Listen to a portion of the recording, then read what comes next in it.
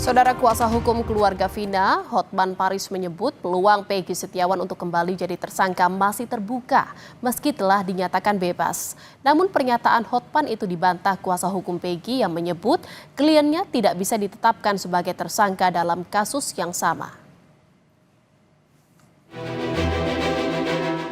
Peggy Setiawan telah dinyatakan bebas dari kasus pembunuhan Vina dan Eki di Cirebon.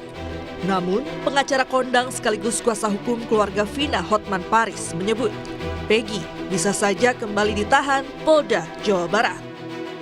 Pasalnya, Peggy belum bebas dari pokok perkara pembunuhan Vina dan Eki, melainkan hanya bebas dari perkara pra-peradilan terkait status tersangka. Memang benar Peggy bebas, tapi bebasnya itu bebas perkara pra-peradilan. Artinya belum bebas dari pokok perkara. Perkara pra-peradilan itu hanya soal teknis prosedural hukum acara. Ini bebas, bukan bebas pokok perkara. Ada kemungkinan ya, bebas hanya sebentar. Habis itu penyidik mulai lagi dengan mengikuti prosedur yang benar.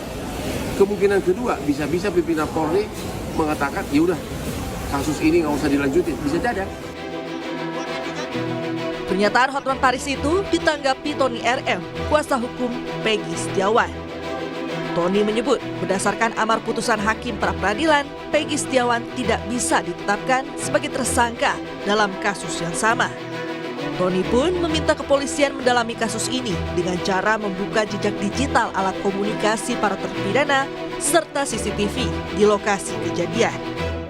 Jadi berdasarkan amar putusan nomor 5 yang menyatakan tidak sah segala keputusan atau penetapan yang dikeluarkan lebih lanjut oleh termohon yang berkenaan dengan penetapan tersangka atas diri pemohon, itu berarti ini sudah terkunci.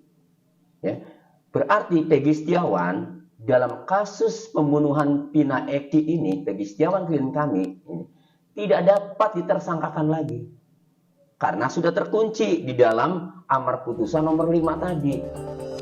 Sementara itu, pasca Peggy Setiawan bebas dari tahanan, kini ayah kekasih Vina, Ibtu Rudiana, menjadi sosok yang paling dicari kemunculannya. Pasalnya, Ibtu Rudiana lah yang membuat laporan awal terkait kronologi pembunuhan anaknya dan Vina, termasuk yang memberikan kesaksian sejumlah nama pelaku yang kini mendekam di penjara, termasuk 3 nama DPO. Praktisi hukum Saur Siagian menilai ada potensi kesalahan prosedur atau pelanggaran hukum yang dilakukan Ibtu Rudiana yang turut terlibat dalam penanganan kasus ini.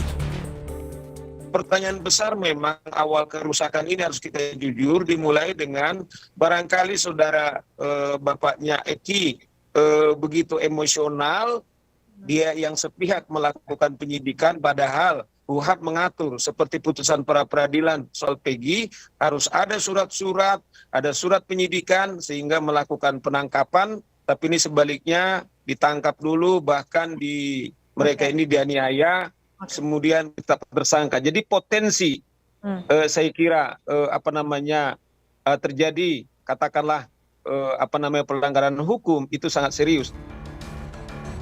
Dugaan kesalahan prosedur dalam penanganan kasus kematian Vina dan Eki telah ditangani Propam Polri. Polda Jawa Barat menyebut telah memeriksa secara internal ayah Eki yang merupakan anggota Polri, Ibtu Rudiana. Ibtu Rudiana diperiksa karena diduga ikut terlibat dalam proses penyidikan kasus kematian anaknya 8 tahun silam. Ayah Eki, ya tentu sebagai pelapor yang melaporkan terkait dengan kejadian ini sudah diperiksa, ya baik oleh penyidik dari Polda Jawa Barat tentu untuk kepentingan pemeriksaan untuk penyidikan yang sekarang sedang dilakukan. Ibtu Rudiana diketahui berstatus polisi aktif dan bertugas di Polsek Kapetakan Polres Cirebon Kota. Namun keberadaan Rudiana seperti hilang di telan bumi belakangan ini. Kami amankan. Coba masuk ke dalam.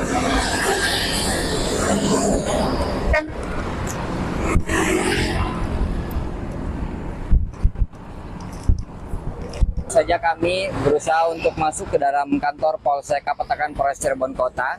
Kami berusaha mencari keberanian Ibtu Rudiana untuk memberikan beberapa pertanyaan. Namun berdasarkan jawaban dari beberapa petugas yang kami temui di lokasi, Ibtu Rudiana tidak berada di kantor Polsek Kapetakan sejak beberapa hari lalu. Kami juga tidak mendapatkan banyak jawaban terkait kegiatan-kegiatan Ibtu Rudiana beberapa hari terakhir, terutama pasca Peggy Setiawan dinyatakan bebas dari pra-peradilan di hari Senin kemarin. Ibtu Rudiana terakhir kali terlihat saat bermain bulu tangkis di Hari Bayangkara bersama pejabat Polres Cirebon Kota. Kesaksian ayah Eki itu dinilai penting untuk membongkar kembali kasus pembunuhan Vina dan Eki. Jangan membuat kami lebih sakit.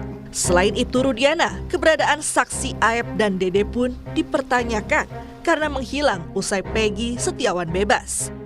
Keduanya telah dilaporkan ke polisi terkait dugaan kesaksian palsu.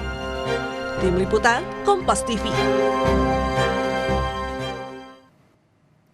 Dan saudara, lalu apa langkah selanjutnya yang akan dilakukan Peggy Setiawan pasca putusan pra-peradilan? Kita akan tanyakan langsung kepada jurnalis Kompas TV Muhammad Syahri Romdon di Cirebon, Jawa Barat. Selamat siang Syahri, apa upaya Peggy untuk memulihkan nama baiknya? Lalu bagaimana dengan tuntutan ganti rugi kepada Polda Jabar?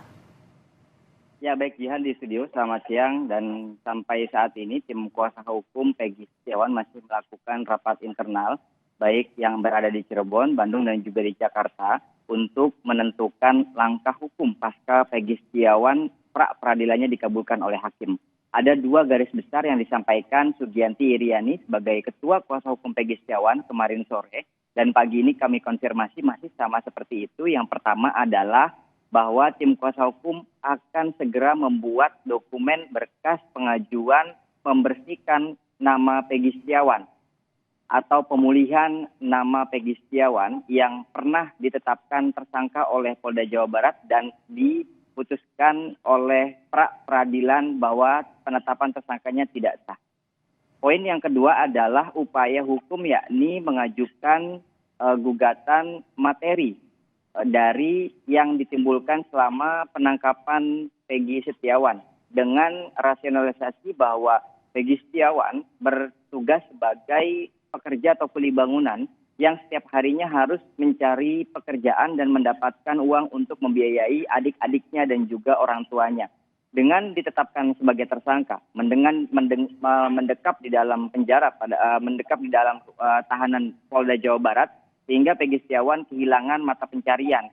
Atas dasar itu, pihak kuasa hukum masih terus berusaha untuk menyiapkan berkas dan melakukan penghitungan yang secara rasional dan dapat dipertanggungjawabkan untuk diajukan ke Polda Jawa Barat. Namun kedua hal tersebut masih dalam pembahasan dan tentunya juga dimatangkan oleh pihak keluarga sebagai jantung utama dari Peggy Setiawan itu sendiri. Jihan.